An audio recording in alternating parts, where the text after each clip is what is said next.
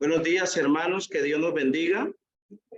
Igual a cada uno de los hermanos, amigos que van a observar en esta mañana a través de este precioso mensaje que vamos a presentar en esta mañana.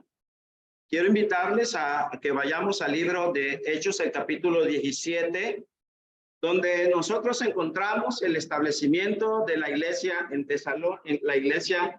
Tesalónica.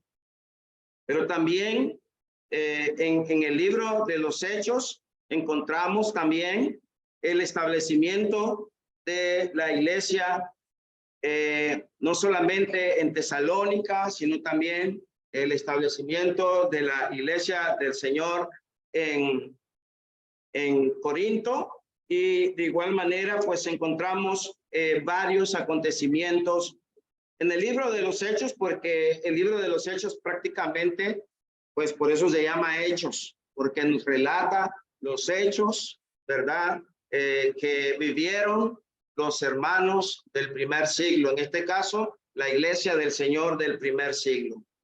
Pero quiero que vayamos al libro de Filipenses para que podamos nosotros meditar en esta ocasión, ¿verdad?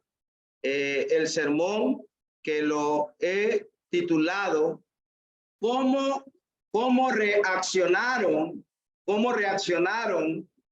los filipenses al sufrimiento del apóstol Pablo? ¿Cómo reaccionaron los filipenses al sufrimiento del apóstol Pablo? Si nosotros vemos el versículo 12 del capítulo 1 del libro de Filipenses, dice el apóstol Pablo: quiero que sepan, hermanos, que las circunstancias en que me he visto han redundado en un mayor progreso del evangelio, de tal manera que mis prisiones por la causa de Cristo se han hecho notorias en toda la guardia pretoria y a todos los demás. La mayoría de los hermanos, confiando en el Señor por causa de mis prisiones, tienen mucho más valor para hablar la palabra de Dios sin temor. Algunos a la verdad predican a Cristo, aún por envidia, rivalidades, pero también otros lo hacen de buena voluntad. Estos lo hacen por amor, sabiendo que he sido designado para la defensa del evangelio. Aquellos proclaman a Cristo por ambición personal, no con sinceridad, pensando causarme angustia en mis prisiones. Entonces, ¿qué? Que de todas maneras, ya sea fingidamente o en verdad, Cristo es proclamado, y en esto me regocijo y me regocijaré. La Biblia, note usted, la Biblia aquí nos enseña de que esta iglesia en Filipo era una iglesia que tenía comunión con el apóstol Pablo, Eso lo registra el versículo 5. Nos dice ahí el versículo 5 de la siguiente manera: por su participación en el evangelio desde el primer día hasta ahora. Esta iglesia tenía participación con Pablo en cuanto a su sostenimiento. Esta iglesia era una iglesia que verdaderamente se interesó por la predicación del evangelio de Jesucristo. Tanto así que se interesó en el sostenimiento del apóstol Pablo para que él pudiera, ¿verdad?, tener no tal vez lo suficiente, ni tampoco poder tener lo poco, pero poderse sostener y poderse mantener mientras él estaba presente en este cuerpo, dedicando su vida en la predicación del evangelio. Pero recordemos que también la Biblia nos habla de que Pablo también trabajaba con sus manos haciendo tiendas de campaña. Y ciertamente vemos a una iglesia que se nos enseña que tenía comunión con el apóstol Pablo. La Biblia nos enseña eso, de la comunión que tenía con Pablo en la predicación del evangelio. Dice, por vuestra comunión en el evangelio desde el primer día. Pero también en el verso 6 nos dice que era una iglesia que estaba persuadida de esto. ¿De qué estaba persuadida esta iglesia? De que el que comenzó en vosotros la buena obra, la perfeccionará hasta el día de Jesucristo. Pablo estaba persuadido y aún la misma iglesia estaba convencida precisamente de esto, de que el que comenzó en ellos, en ustedes, dice, la buena obra, la perfeccionará hasta el día de Jesucristo. Hermanos, de algo que nosotros sí debemos de estar convencidos es de esto, de que el que comenzó esta obra, él va a perfeccionarla hasta el día de Cristo Jesús. Nunca vamos a estar solos. Siempre vamos a tener el respaldo de Dios. Y Él siempre nos va a ayudar a cada uno de nosotros. Igualmente a los hermanos en otras partes del mundo. Deben de entender y deben de comprender y deben de estar convencidos precisamente de esto, que el que comenzó en ustedes la buena obra, la perfeccionará hasta el día de Cristo Jesús. Ahora vemos también cómo me es justo, dice el verso 7, sentir esto de todos vosotros. Por cuanto os tengo en el corazón y en mis prisiones y en la defensa y confirmación del evangelio, todos vosotros sois partícipes conmigo de la gracia. Oiga, dice Pablo, es justo que yo sienta esto acerca de ustedes, porque los llevo en el corazón, pues tanto en mis prisiones como en la defensa y confirmación del evangelio, todos ustedes son participantes conmigo de la gracia. La gracia de Dios, el favor de Dios estaba con los hermanos en Filipo, pero recuerde también de que estaba con Pablo, porque Pablo está encarcelado, está preso por causa del evangelio de Jesucristo, por predicar a Cristo, por predicar su muerte, su sepultura y su resurrección. Pero también dice el verso 8, porque Dios me es testigo de cómo os amo a todos vosotros con el entrañable amor de Jesucristo. Note usted, hermano, hermana, amigo, Dios me es testigo. ¿Cuántos de nosotros podríamos tener ese valor de decir, hermano, hermana, Dios me es testigo de cuánto los añoro a todos con el entrañable amor de Cristo Jesús?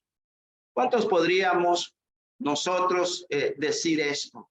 ¿Cuántos de nosotros podríamos decir, hermano, pongo a Dios por testigo de que verdaderamente a ustedes los estoy añorando? Los estoy añorando por el amor entrañable que yo les tengo en Cristo Jesús. Pero también dice el verso 9, Y esto pido en oración, que el amor de ustedes abunde aún más y más en conocimiento verdadero y en todo su discernimiento. Pablo era un hombre que oraba a Dios porque estos hermanos pudieran tener, según el texto, más y más conocimiento, que abundaran más y más en poder conocer cuál era la voluntad de Dios agradable y perfecta. Y hermanos amados, hermanas, nosotros también debemos de orar por cuanto debemos pedirle a Dios que Dios nos llene de su conocimiento, que Dios nos llene de su voluntad perfecta, agradable, que Dios llene de sabiduría y de inteligencia espiritual al hermano que predica, al hermano que enseña, para que nos enseñe cuál es la voluntad de Dios agradable y perfecta. Y también a cada uno de nosotros. Versículo 10, a fin de que escojan lo mejor para que sean puros e irreprensibles para el día de Cristo, llenos de fruto de justicia, que es por medio de Jesucristo, para la gloria y alabanza de Dios. Eso es lo que Pablo deseaba para los hermanos en Filipo.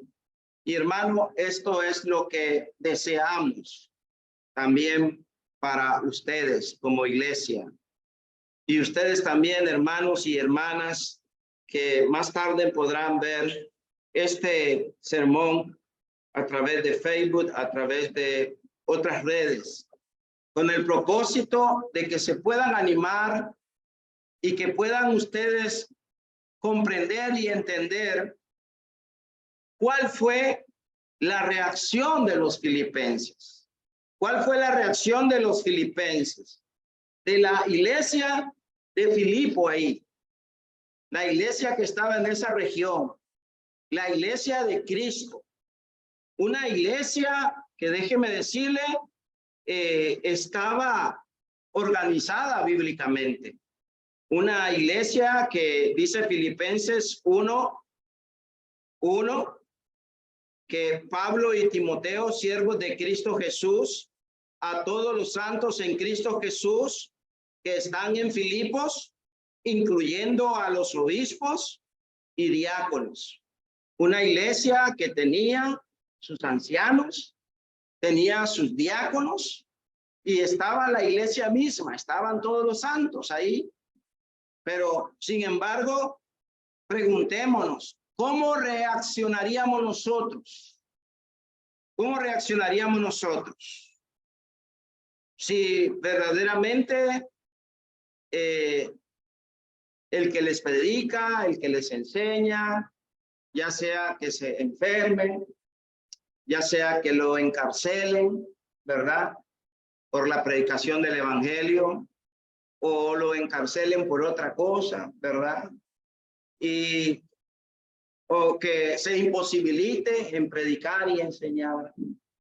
¿Cómo reaccionaría usted, hermano, hermana? ¿Cómo reaccionaría la iglesia?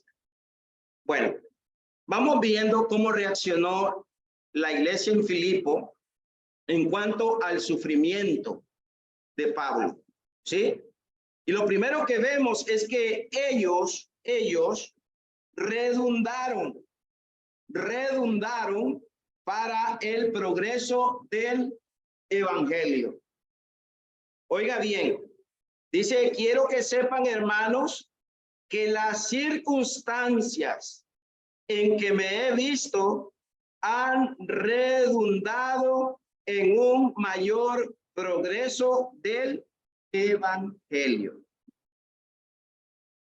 Ok, Pablo está encarcelado por predicar a Cristo. Ahí está él encarcelado, pero recuerde usted que dice, quiero que sepan, hermanos, que las cosas que me han sucedido han redundado más bien para el progreso del evangelio, de tal manera que mis prisiones se han hecho patentes en Cristo en todo el pretorio y a todos los demás. Y a todos los demás. De tal manera que mis prisiones por la causa de Cristo se han hecho notorias en toda la guardia pretoria y a todos los demás. Entonces ahí está Pablo encarcelado por predicar el evangelio de Cristo, pero dice que la iglesia tuvo una reacción. La iglesia tuvo un comportamiento. ¿Y cuál fue la reacción? ¿Cuál fue el comportamiento de la iglesia? Dice que la iglesia redundó en un mayor progreso del evangelio. De tal manera que las prisiones, ¿verdad? Que Pablo tenía por las causas de Cristo, se habían hecho notorias en toda la guardia pretoria y a todos los demás. Y la mayoría de los hermanos, confiando en el Señor por causa de mis prisiones, tienen mucho más valor para hablar la palabra de Dios sin temor. Entonces, notemos que Pablo deseaba que los creyentes en la iglesia ahí en Filipo aprendieran una verdad importante. Y número uno es que Dios no, en la iglesia para él no existen los hermanos imponderables en la iglesia. En la iglesia no existe este tipo de hermano que sea el hermano que necesita estar para que la iglesia pueda funcionar, pueda trabajar. Aquí vemos nosotros el lugar donde estaba Pablo, encarcelado, y el lugar en el cual se encontraba no truncaba, oiga bien, no truncaba la predicación del evangelio de Cristo. Su encarcelamiento no estaba siendo un obstáculo que estaba truncando la predicación del evangelio de Cristo. Había sucedido lo contrario. Él estaba encarcelado, pero a pesar de que estaba encarcelado, dice ahí que Pablo en ese versículo 12 resume el efecto de sus peripecias. ¿Qué es esa palabra? Bueno, de sus incidentes o sus sucesos, sus andanzas, sus aventuras, sus tragedias, sus problemas, sus dificultades que él estaba pasando. Dice, han redundado más bien para el adelanto del evangelio. ¿Sí? Bueno, Pablo pasó hambre, Pablo pasó naufragio, Pablo pasó encarcelamiento, Pablo pasó muchos problemas y dificultades por causa de la predicación del evangelio. Pero nada de eso, hermanos, nada de eso interrumpió, nada de eso, ¿verdad? Fue algo que, como decimos, fue un obstáculo para que la iglesia dejara de predicar y de enseñar el evangelio de Cristo. No hubo nada que truncara la predicación del evangelio. Por un lado, fíjese, se ha hecho evidente que él no está en prisión como un delincuente, ¿sí? Él está en prisión por causa de Cristo, pero no como un delincuente. No está en una prisión como un agitador social. No está en una prisión como alguien que violentó una ley y que por esa ley, pues, tuvo que ser encarcelado. Tampoco fue alguien que cayó preso porque cometió un delito y por eso fue encarcelado. No.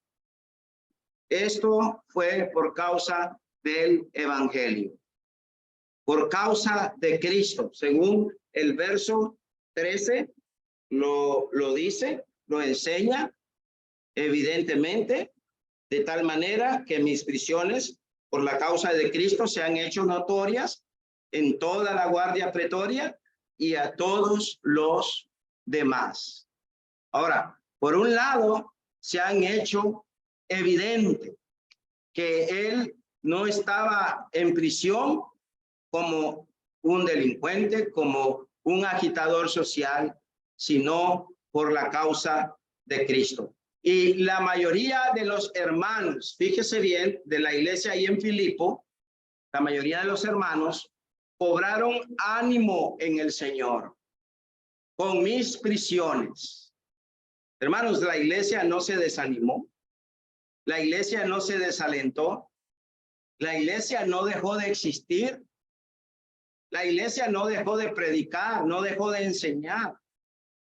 La iglesia cobró ánimo en el Señor con sus prisiones.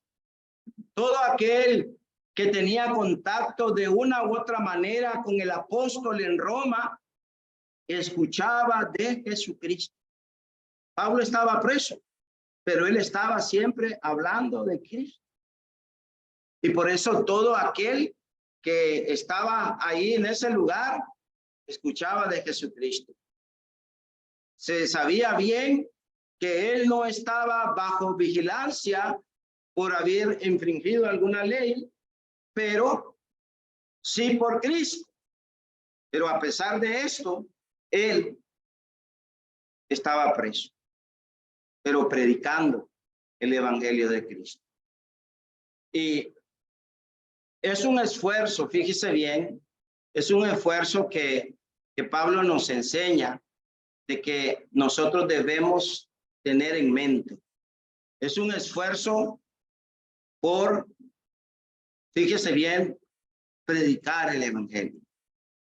Hermanos, nosotros no debemos callar la verdad del evangelio. Nosotros tenemos que predicar la verdad del evangelio a las autoridades, aún a los prisioneros que probablemente estaban con Pablo. Y nosotros, si no estamos presos, hermanos, no deberíamos, fíjese bien, pensar que el estar preso nos impide que prediquemos el evangelio. Porque usted dirá, bueno, yo estoy preso, no puedo salir, no puedo predicar, no puedo enseñar. Pero ¿cómo no? Usted puede predicar, usted puede enseñar. Usted está enfermo en un hospital, usted predica y enseña en ese hospital. Usted está en determinado lugar, usted predica y enseña el evangelio en ese lugar. Siempre y cuando, ¿verdad?, la iglesia no deje de reunirse el día domingo, que es un mandamiento por el Señor, que nos reunamos el domingo. Y acuerdo, pues, el día miércoles. Pero no dejemos de predicar, no dejemos de enseñar. Es un esfuerzo por no callar la verdad del evangelio. Mire, las autoridades hicieron un esfuerzo por callar el evangelio de Cristo. ¿Y qué hicieron? Metieron a la cárcel al apóstol Pablo y no había violentado la ley. No había violentado ningún precepto, ninguna ordenanza. Pero sin embargo, el plan de ellos no funcionó. No funcionó. Mantener prisionero a Pablo, note usted, tuvo otro efecto. Tuvo ánimo a aquellos que habían estado dudosos de testificar de Cristo. Y es que a veces, hermano, hay hermanos que dudamos en predicar el evangelio. Y yo no sé por qué, porque el mandamiento está dado. Vayan por todo el mundo y prediquen el evangelio a toda criatura. Ahí está el mandamiento. Pero a veces somos dudosos y no predicamos. Pero en el verso 14 dice, la mayoría de los hermanos, confiando en el Señor, por causa de mis prisiones, tienen mucho más valor para hablar la palabra de Dios sin temor. Hermano, no debemos tener nosotros, fíjese bien, ninguna duda en ir a predicar el evangelio de Cristo. No debemos tener ningún temor. ¿Por qué? Porque aquí los hermanos nos enseñan que ellos confiaban en el Señor. En el Señor. Y predicaban el evangelio con mucho más valor. Y hablaban la palabra de Dios sin temor, hermano. Sin temor. Una gran cantidad de creyentes en el primer siglo empezó a proclamar con valentía, con arrojo, con furor el evangelio. Cuando se dieron cuenta cómo se difundía el evangelio a través de los sufrimientos del apóstol Pablo, la reacción positiva que el apóstol recibió al enfrentar la oposición originó que otros tuvieran ese arrojo de hablar la palabra sin temor. Su encarcelamiento produjo lo que su situación hubiese sido, fíjese bien, algo depresivo para los hermanos, pero no fue depresivo. No fue algo depresivo para ellos, sino que fue algo que los motivó y los ayudó a que ellos siguieran predicando el evangelio con mucho más arrojo y con mucho más valor. Dicen, los hermanos se atreven con mucho más a hablar sin temor el evangelio de Cristo. Entonces la pregunta sería, ¿cómo reaccionaríamos nosotros al sufrimiento, a la tentación, a la injusticia en nuestra propia vida? ¿Estaríamos animados en el Señor por predicar, por hablar la palabra del evangelio en medio de gran oposición? ¿O callaríamos? Ahora, podemos pensar que hay duda. Tengo duda, hermano, por ir a predicar el evangelio. Pero dice el Señor que usted no debe dudar. Dice el Señor que usted debe de confiar en el Señor. Que Él le va a dar la palabra. Que usted va a predicar, que usted va a enseñar. De que Él va a estar con usted todos los días de su vida.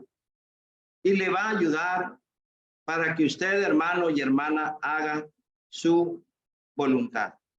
Este es el primer, fíjese bien, comportamiento que tuvieron los hermanos en Filipo. Fue la primera reacción al sufrimiento del apóstol Pablo, a su encarcelamiento. Bueno, no dejaron de predicar el evangelio. Y vamos viendo que habían dos clases de personas que hablaban la palabra de Dios. Ahora preguntémonos, ¿qué tipo de personas somos? Aquí habla de dos tipos de personas.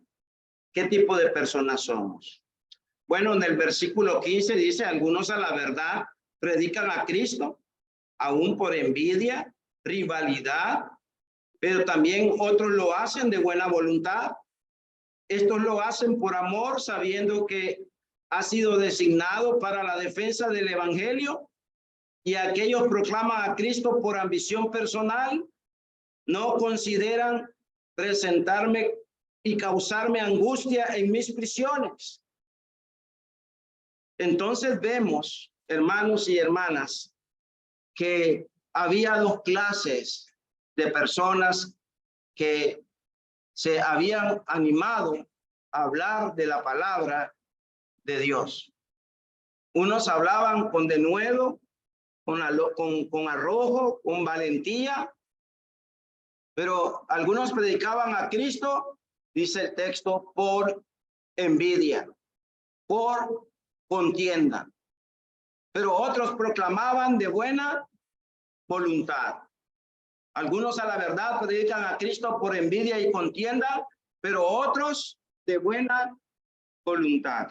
Hermano, Dios quiera que nosotros cobremos ánimo y prediquemos el evangelio por buena voluntad.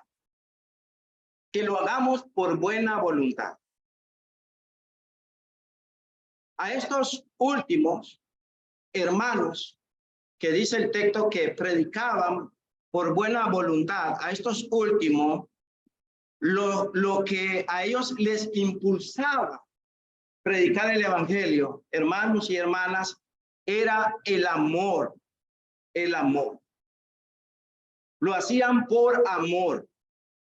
Y amor aquí es el amor agape, el amor de buena voluntad, el amor desinteresado, el amor que no espera nada a cambio, solamente espera el bien de la persona que ama. Ese es el mismo amor de Dios.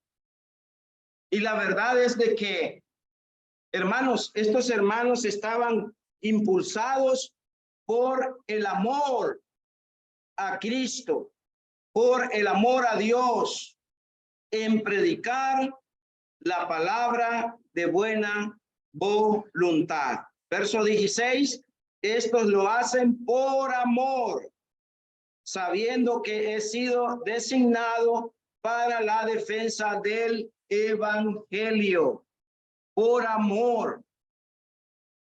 Póngase ahí, hermano, usted aquel gran texto que encontramos que habla del amor allá en 1 Corintios 13. Si usted predica el evangelio por amor, lo va a predicar 1 Corintios 13, el verso 4, lo va a predicar pacientemente, lo va a predicar con mucha bondad. No va a predicar el evangelio por envidia. No va a predicar el evangelio por ser jactancioso. No va a predicar el evangelio por ser arrogante.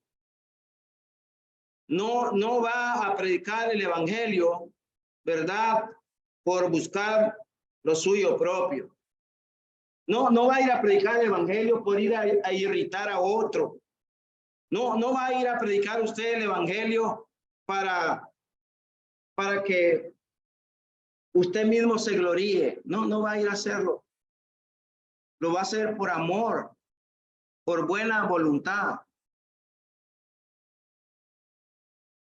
Como dice la escritura, pero los otros por amor, sabiendo que estoy puesto para la defensa del evangelio. Teniendo en cuenta que Pablo estaba en prisión por la defensa que hacía el evangelio, entonces nosotros debemos tener en cuenta que tenemos que predicar el evangelio por amor.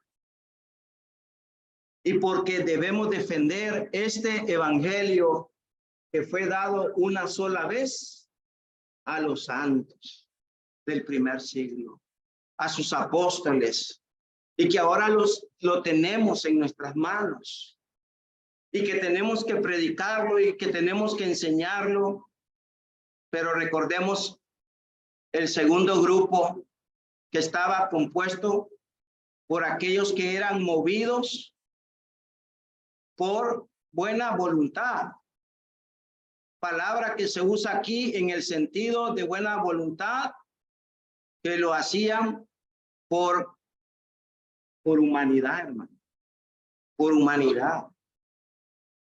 Mientras que en Filipenses 2, fíjese bien, en Filipenses 2, el verso 13, dice, porque Dios es quien obra en ustedes tanto el querer como el hacer por su buena intención. Entonces, ¿qué quiere decir esto? Bueno, que si el hermano X, el hermano Y va y predica el evangelio, ¿por qué lo hace? Porque Dios es el que está haciendo el querer en ese hermano, en esa hermana, por su buena voluntad. No es porque por él, no, sino porque Dios así lo quiere.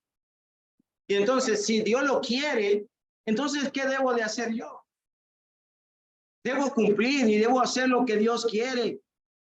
Y evidentemente, la esencia, la buena intención, la buena voluntad era el amor, fíjese bien, por el apóstol Pablo, primeramente por Dios, por Cristo, por el apóstol Pablo, por el evangelio de Cristo. Es que estos hermanos proclamaban la palabra y lo hacían por buena voluntad, por amor, sabiendo que Pablo estaba puesto para la defensa del evangelio, y no solo Pablo, sino que también usted, yo y todos nosotros estamos puestos para esto. Ellos anunciaban a Cristo por amor, según lo que estamos viendo en el verso 9, un amor por Cristo y por consiguiente también por su evangelio y por consiguiente por el hombre que no conoce del evangelio, que no sabe del evangelio. Hay mucha gente que está errada, está confundida. Y hermanos, nosotros tenemos que predicarles, tenemos que enseñarles a los hombres el evangelio. Estamos destinados para esto. La iglesia está comisionada para eso. Y nosotros, hermanos, lo debemos de hacer. ¿Por qué? Porque, hermanos y hermanas, la Biblia nos dice en Efesios 3:10,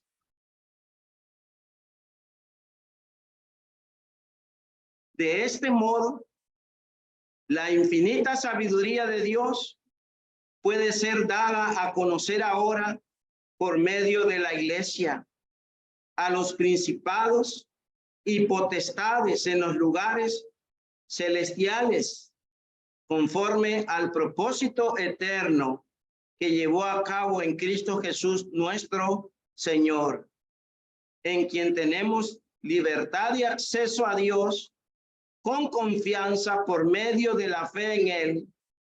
Ruego, por tanto, que no desmayen a causa de mis tribulaciones por ustedes, porque son mi gloria.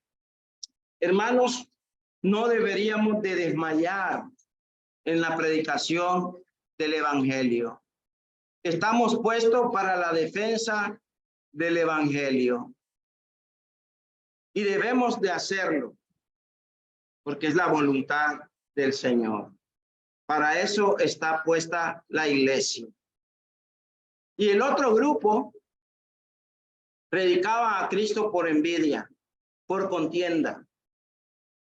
Tenían como incentivo la contención. Aquí no debemos de predicar el evangelio por contienda.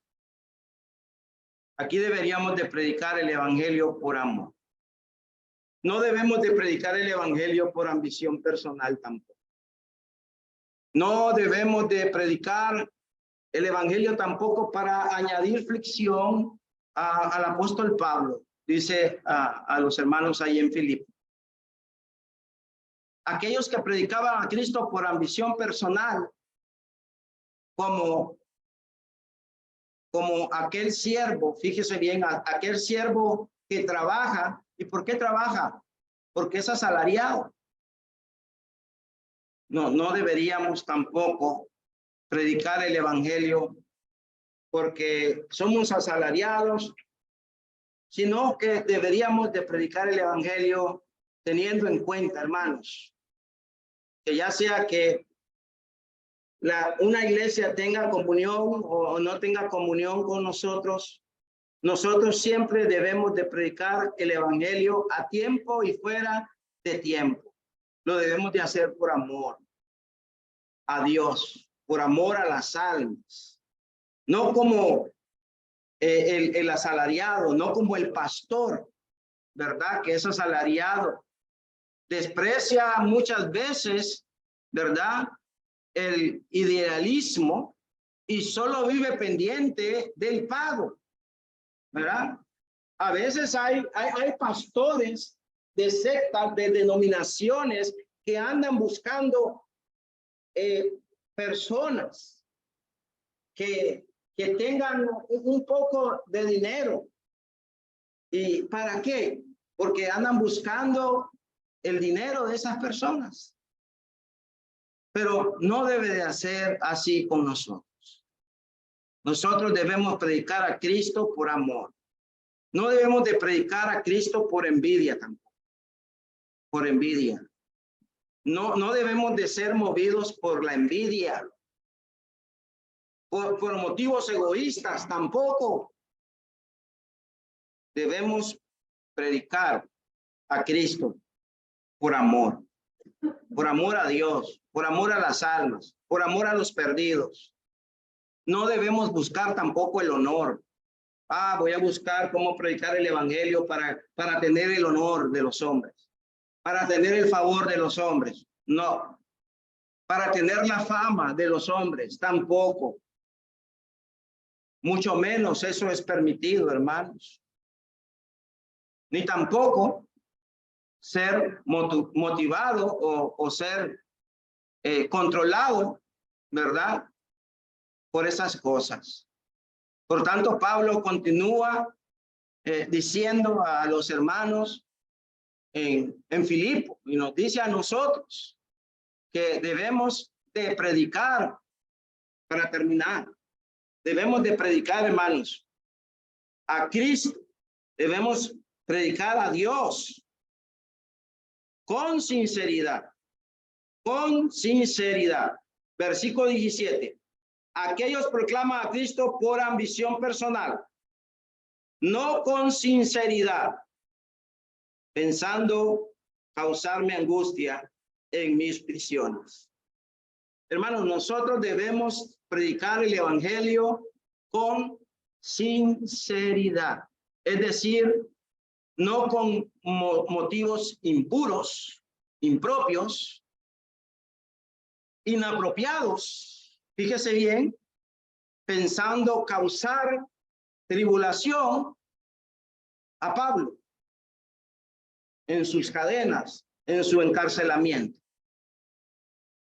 Hermanos, debemos ser hermanos muy sinceros y predicar el evangelio por la sinceridad que nos debe de caracterizar y por agradar a Dios y hacer la voluntad de nuestro Dios.